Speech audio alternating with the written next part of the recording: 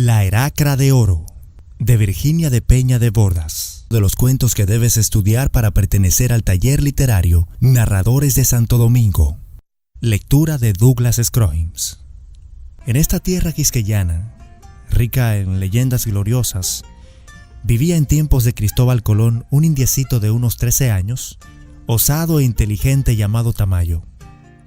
Era hijo de uno de los nitaínos más valientes y había aprendido de su padre a usar el arco y las flechas con maestría sin igual. Pertenecía a la noble raza de los arahuacos, pacíficos pero valientes en grado sumo.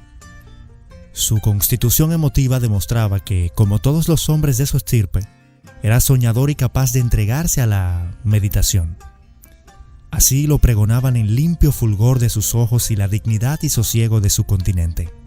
Un buen día, decidió solicitar el permiso de su padre para ir en excursión a las montañas del Bauruco, donde imaginaba que moraban aún las iguapas de luenga cabellera y las opias de sus mágicas leyendas. El nitaíno, anciano de severo semblante y porte altivo, escuchó la petición de su hijo con un destello de comprensión en la mirada y sus labios se comprimieron con gesto apenado. ¿Es posible?, preguntó en su sonoro idioma antillano, ¿que te sea indiferente perder la vida? Has de saber que las selvas milenarias están cuajadas de peligros. ¿Acaso lo ignoras? La expresión del chico era el anverso de una decepción. Por eso contestó con presteza: por el contrario, padre, lo he oído comentar muchas veces, pero ya sé que pronto, cuando cumpla los 14 años, me veré precisado a laborar en las plantaciones y en las minas, y como me resta tan poco tiempo de libertad, bien quisiera aprovecharlo. Comprendo, musitó el padre, y sus ojos se nublaron repentinamente, pues no esperaba semejante confesión de su hijo. Pero debo advertirte que la aventura que has soñado es harto peligrosa, y otros más denodados que tú han perecido en la demanda.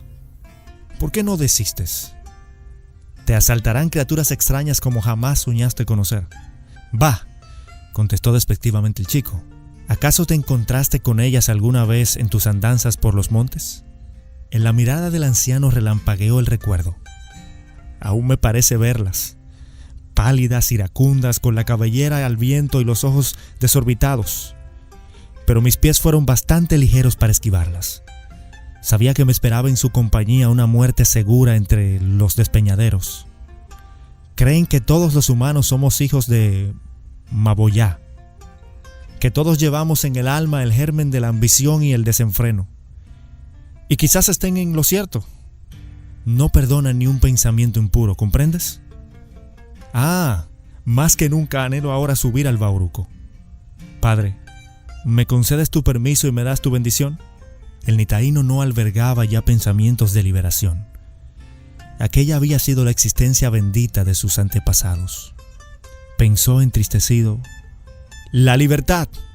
Y deseando que su hijo la disfrutase, a despecho de las duras circunstancias de su vida, dijo blandamente: los indios no escatimamos la ocasión de hacer hombres valientes de nuestros varones. Está concedida tu petición. Gracias, padre, agradeció entusiasmado el adolescente. Me haces el más feliz de los mortales. ¿Me prestas tu piragua y tu hacha de monte? Quizás es mucho pedir. Vencido por su amor paternal, el nitaíno contestó: ambas están a tu disposición. Aunque mi hacha te serviría de poco, hoy no es más que un símbolo. Trabajada con esmero y tesón durante mucho tiempo, fue confeccionada para procurarnos el sustento y defendernos de nuestros enemigos ancestrales, los caribes, tan fieros como valientes. Hoy es poco menos que inútil para defendernos de los guerreros de pecho de hierro que nos esclavizan. Por eso te ofrezco la piragua. Puede servirte mejor. Ve, hijo mío, y que Lucuol Supremo te proteja en el camino. Y arrancando una aromática rama de curía, le tocó en el hombro, bendiciéndole. La floresta henchida de trepidaciones y ruidos apagados elevaba al cielo la alegría del trópico. El lago de Jaragua era una gema irisada de divinos matices. La piragua, como una sombra, se deslizaba ante el sol. Todo era brillantez y luminosidad cegadoras. El rostro oliváceo del indiecito se tornaba cada vez más jocundo.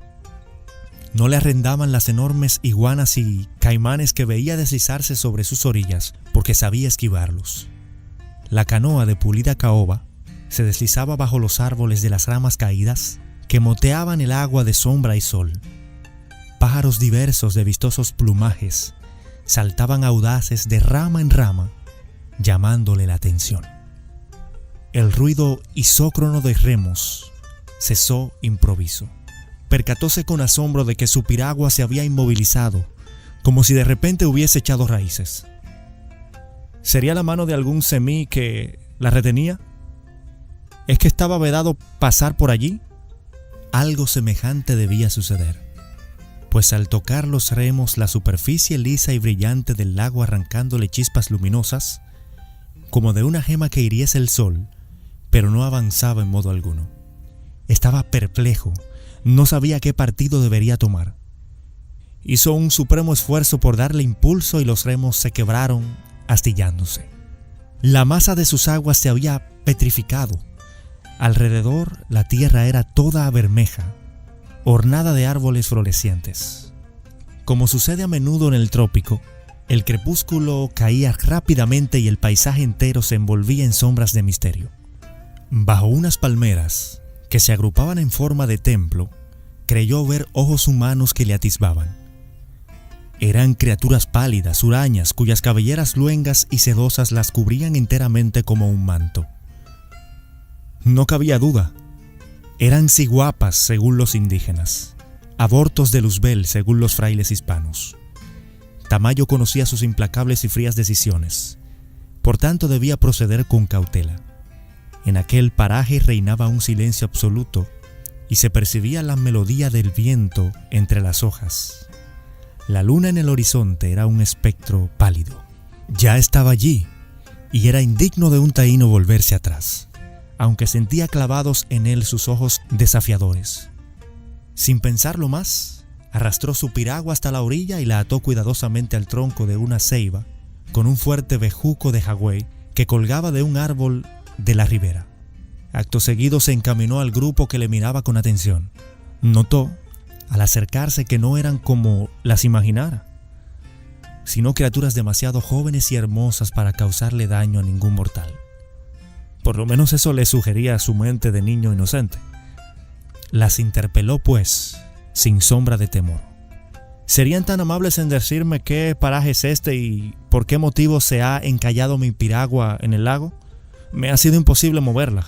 Forastero, preguntas muchas cosas a la vez, contestó la que parecía de más edad, y eres demasiado joven para aventurarte por estas soledades.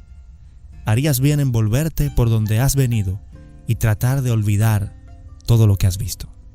El indiecito vivía la embriaguez de un sueño y repuso sin amilanarse, contemplando los ojos hipnotizantes. Ah, es demasiado hermoso para olvidarlo, y además soy hijo de Nitaíno, y he aprendido desde la cuna a no temerle a hombres ni a bestias. Ah, eres tan valiente como testarudo, amonestó la joven cuya voz alada tenía resonancias de cascabeles. ¿Cómo te llamas, chiquillo? Yo me llamo Tamayo. ¿Y vosotras cómo os llamáis? Somos la indolencia, la oscuridad y la superstición. ¿Qué nombres más extraños? En fin, deseaba conoceros y pensé que quizás me enseñaríais dónde se encuentra la felicidad en esta tierra nuestra. Las ciguapas se miraron entre sí lanzando al chico una mirada perversa. La felicidad existe en el bosque milenario de las ciguapas, donde todo es belleza y encantamiento, repuso la indolencia con voz cansina y añadió bostezando. Jamás se ha cortado un árbol ni se ha pescado en nuestros ríos. Las frutas más tentadoras caen maduras al suelo sin que haya necesidad de tumbarlas. Hasta ahora, nadie había llegado a nosotras por determinación propia. Si deseas conocer las maravillas que encierra esta tierra de tus antepasados, permanece con nosotras una noche completa y conocerás los secretos de los semís. Penetrarás en la heracra sagrada que guarda las cenizas de los veíques sabios que enseñaron las artes de tu tierra natal. Allí existen tesoros incalculables, amuletos que llevaron al cuello los caciques ya desaparecidos. Y cuenta cierta conseja que el valiente que logre ceñir a su garganta esos preciosos ornamentos logrará vencer al opresor. Tan solo debes probarnos que eres valiente a toda prueba. ¿No te tienta la aventura? Sí que me tienta, pero no sé a lo que llamáis valor. ¿Enfrentarse acaso a las bestias feroces? No existen en esta tierra nuestra animales ni alimañas que ataquen al hombre. No, pero hay criaturas que nos ofenden hoy más que las bestias. Hombres vestidos que hacen daño a los nuestros. Deben perecer todos. Cierto, pero no es de indios traicionar. Y les llamo hermanos desde que aprendí a amar a su Dios. Ya veis que no sirvo. Los ojos de la ciguapa, oscuridad, lanzaron chispas de furor golpeando maquinalmente las rodillas con dedos que remataban en afiladas puntas. Ah, ya comprendo, masculló con sibilante acento. Serás traidor a los tuyos, como lo fue Guacanagarí, quien creyó encontrar amigos en los maguacoíos y abandonó los de su propia raza, infeliz.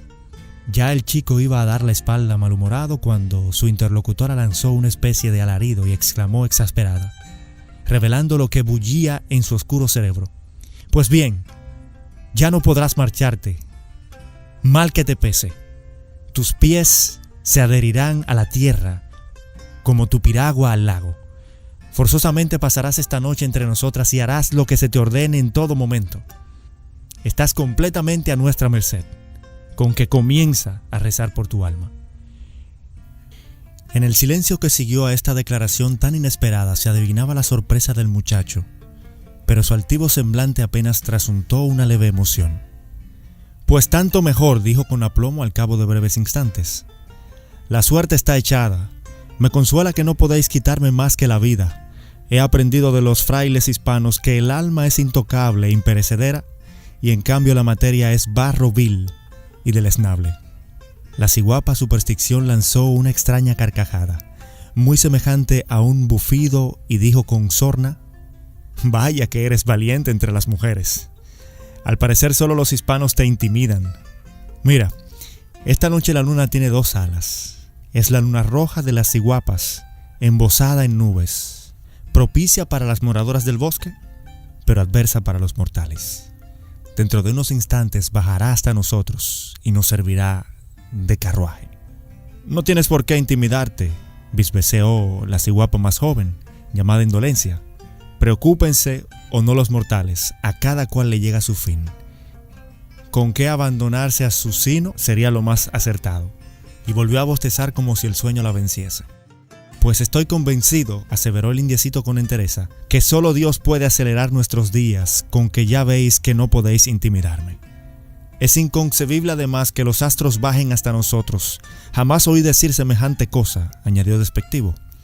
Pues agárrate bien, si no quieres caerte desde las nubes, ordenó la ciguapa mayor, porque aunque no lo creas, ya vamos emprendiendo el vuelo. Tamayo sintió que se erizaba su cabellera porque se elevaban vertiginosamente agarrados unos a los otros. Aquí no se puede respirar, suspiró el indiecito, y además hace un frío horrible. Olvídate de tu condición de humano y será como si fuese divino, aconsejó la ciguapa superstición con voz casi inaudible.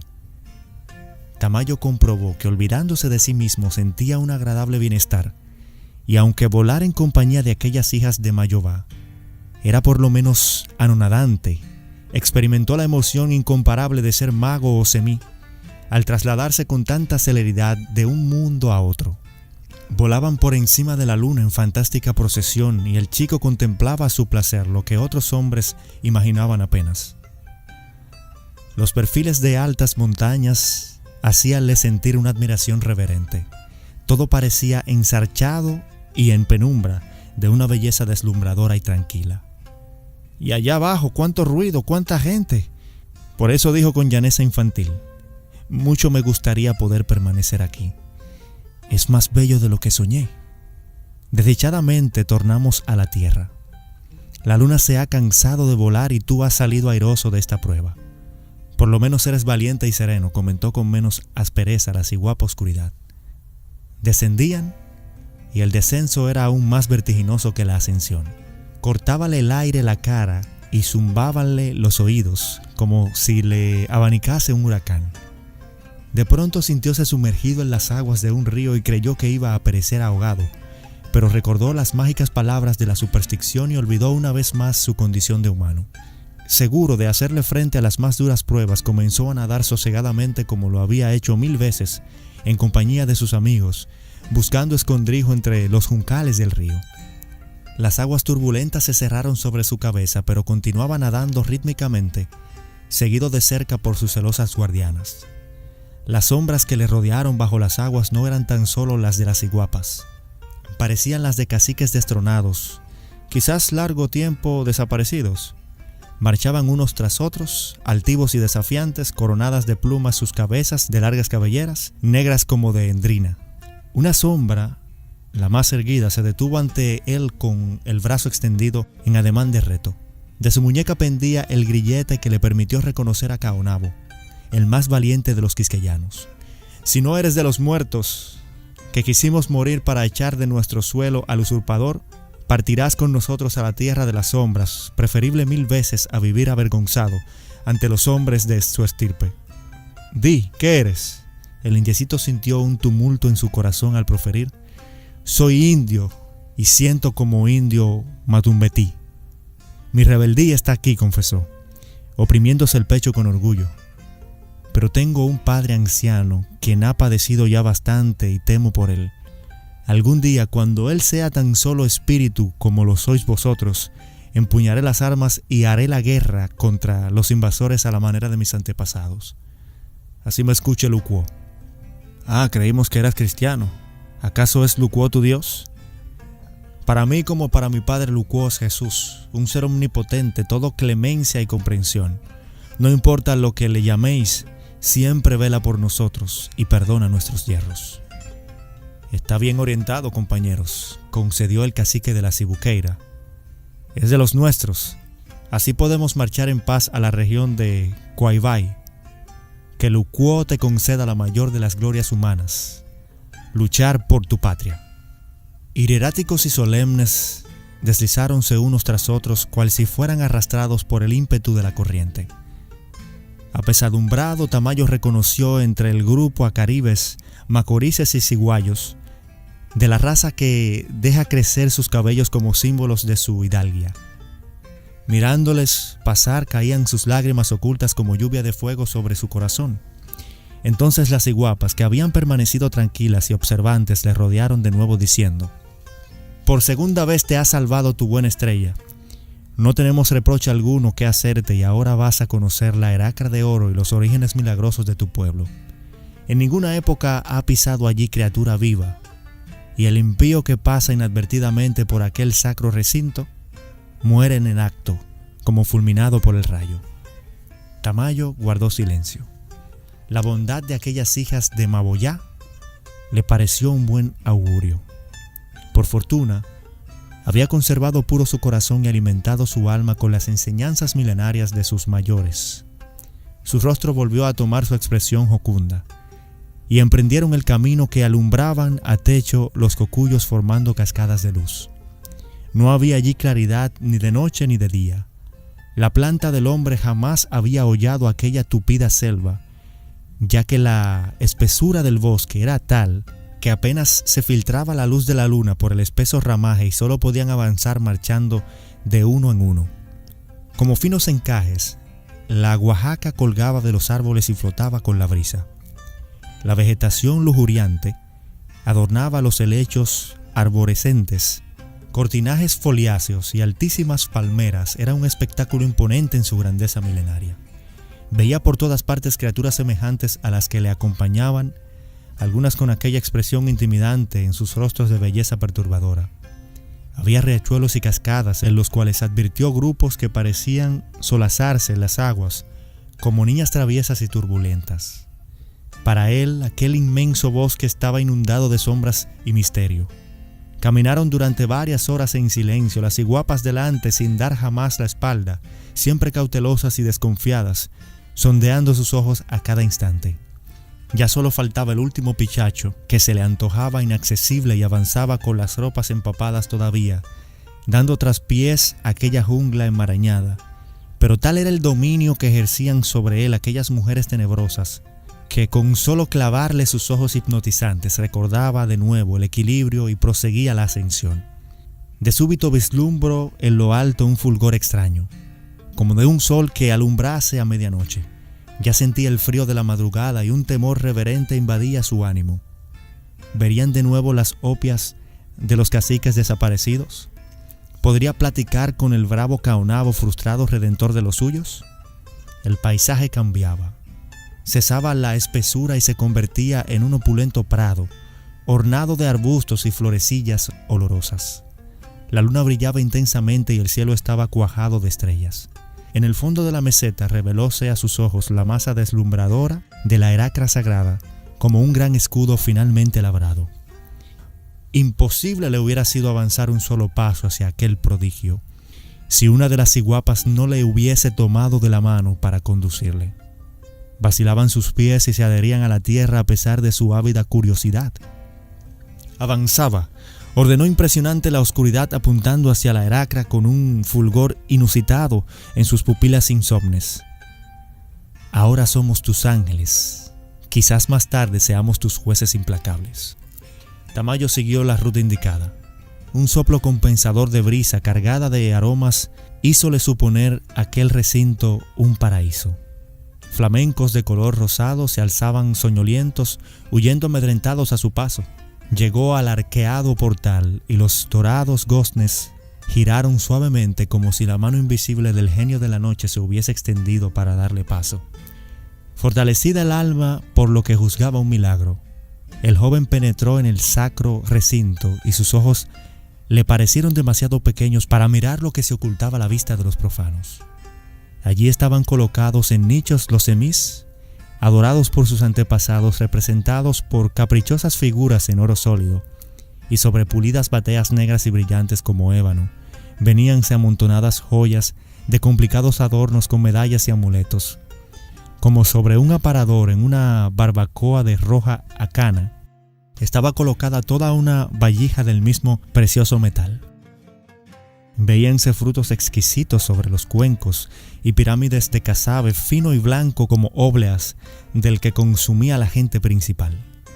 Tamayo no había ingerido alimento alguno en muchas horas, y el aroma apetitoso de aquellos frutos variadísimos producíale un cosquilleo en el estómago, pero comprendió que estaban allí como ofrenda a los semis. Se abstuvo de tocarlos. Contemplábalo todo absorto y maravillado, cuando sintió una terrible conmoción. El templo osciló como si amenazase un cataclismo. Una voz tenue se dejó oír por entre las reverberaciones. Nosotros, los que estamos aquí sepultados durante siglos, trillamos la senda para que las generaciones del futuro aprendiesen a ensancharla, ennobleciéndola. Escucha lo que nuestros abuelos dijeron a nuestros padres. Estas islas son las cumbres de una tierra portentosa que la ira de Guabansex sepultó en el fondo de los mares. Nuestra raza desaparece y renacerá otra más fuerte. Está escrito en el firmamento, pero seguiremos siendo cumbres. Tamayo escuchaba con intensa atención, apretando a sus labios el puño cerrado convulsivamente. Agitaba su hermosa melena, negándose a comprender. En él equivalía a un apostolado la felicidad de los suyos, y ante aquella declaración un estremecimiento de rebeldía recorrió todo su cuerpo. Desorbitados sus ojos en alucinación, contemplaba el techo abovedado, esperando ver allí algún nuevo prodigio. El monólogo se había demorado un breve instante para conseguir con más pujanza. La voz hasta entonces apagada adquiría la claridad de un clarín, estremeciendo de nuevo el templo, y algunos ídolos rodaron al suelo con estrépito. Si pretendes alzarte hasta el Turey, atiende a la divinidad, que es más potente que las nuestras. Esfuérzate en aprender lo bueno que te enseñan los nahuacoquios. Cultiva la tierra, que es la fuente de todas las riquezas. Aprende su idioma y estudia sus libros, que contienen la sabiduría del universo. No basta morar en las cumbres. Es menester alzarse hasta el nonum por nuestros propios merecimientos. Los ojos del indiecito ostentaban un brillo acerado y su rostro tenía una expresión confusa. No pudo menos que arrodillarse, y de sus labios brotó espontáneamente esta plegaria. Ah, Señor de los cielos, escúchame y atiéndeme. Estamos exentos de ambiciones bastardas. No queremos oro, ni riquezas, ni civilización siquiera. Todo cuanto te pedimos es la libertad. Vivir nuestra existencia pacífica de antaño, libre de sujeciones y tributos. Permíteme que cuando sea hombre yo pueda luchar por los míos. Aunque en ello pierda la vida, queremos libertad o muerte. Su voz, henchida de fervor patriótico, pregonaba la rebeldía de su corazón. Las ciguapas habían desaparecido y el joven respiró aliviado, admirando con curiosidad no exenta de veneración los extraños ídolos caídos a sus pies. En su cerebro infantil amalgamábanse perfectamente la realidad y la ficción, las verdades austeras del cristianismo con las poéticas leyendas de su patria. Reverberaba en su pecho el sentimiento inmortal que eleva el alma de los hombres y se persignó a la usanza cristiana emocionado. Pensaba que al fin le habían abandonado sus exigentes guardianes y que podía marcharse libremente, pero se equivocaba. Ya se alzaba cuando irrumpieron en la Heracra sus 3 jueces fortuitos, pero esta vez eran más blandas sus maneras. La frescura y virginidad de su alma habían desarmado a aquellas mujeres implacables. «No venimos a torturarte de nuevo», rió guturalmente la ciguapa superstición. «No somos tan pérfidas como nos suponen. Pero hablemos de ti. Has triunfado en las 3 pruebas decisivas y ya puedes marcharte en paz a donde los tuyos. Pero antes debo concederte el premio que mereces por tu fervor y desinterés de patriota innato. En tu alma no anida el rencor contra los opresores, porque estás exento de soberbia. En cambio, no aceptas el triunfo de otras razas sobre la nuestra. Eres denodado y resuelto, y Lucuo sabrá premiarte como mereces. Para ti son esos preciosos ornamentos que algún día ostentarás con orgullo. Llévatelos y que sea luminosa tu senda». Tamayo escuchaba con un sentimiento indefendible de alivio y quedó como extático ante aquella asombrosa concesión. Solamente podrá ostentar aquellos ornamentos como vencedores, y de aquel modo con gusto ofrendaría su vida. Pero, ¿merecía realmente tal gracia? ¿Acaso no eran todos los indios desinteresados y amantes de la libertad? Quizás era esta una nueva celada, pensó con cierta duda todavía. Pero las ciguapas recogieron aquellas riquezas, colocáronlas sobre una de las bateas y añadieron frutas y casabe al ponerlas en sus manos. Entre esquivo y emocionado, el indiecito no acertaba a dar las gracias debidamente. «Ahora márchate a enfrentar la vida. Ya amanece y ningún mortal debe contemplarme a la luz del sol». Así habló la oscuridad, mientras Tamayo, con lágrimas en los ojos, daba fácil salida a sus emociones. Las ciguapas desaparecieron en un remolino de aire, tendidas al viento las cabelleras e iluminadas sus frágiles siluetas por la luz imprecisa de la aurora. Bandadas de aves revoloteaban mansamente en torno suyo, ensayando trinos armoniosos. Música más dulce no podía ser oída en parte alguna, pensó entusiasmado, porque la tristeza había huido de su corazón. El ambiente era fresco y conmovida al reposo. Sentándose bajo unos mameyes, no lejos de la Heracra de oro, para disfrutar de un suculento refrigerio. Luego, sintiendo que el sueño le vencía, tendióse satisfecho, teniendo cuidado de poner a buen recaudo su tesoro. Al despertar ya era pleno día y el cielo estaba inundado de luz. Su primer pensamiento fue para la Heracra sagrada, preguntándose cómo luciría la luz brillante del sol. Recordó al mismo tiempo el regalo de las ciguapas y advirtió la batea junto a sí, cargada de sus valiosos dores. Miró con declaración hacia el templo, pero éste había desaparecido. Con los párpados entumecidos, aún por el sueño, Tamayo trataba de analizar el prodigio.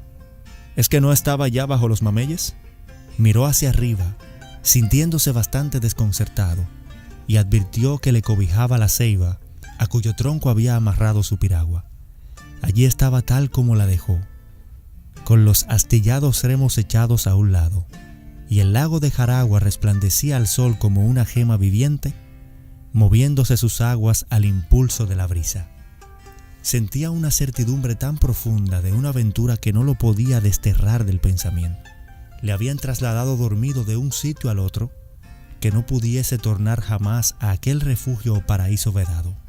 Poniéndose lenta y calmosamente en pie, su rostro pareció transfigurarse, pues el extraño e increíble episodio revestía el carácter de divinos augurios.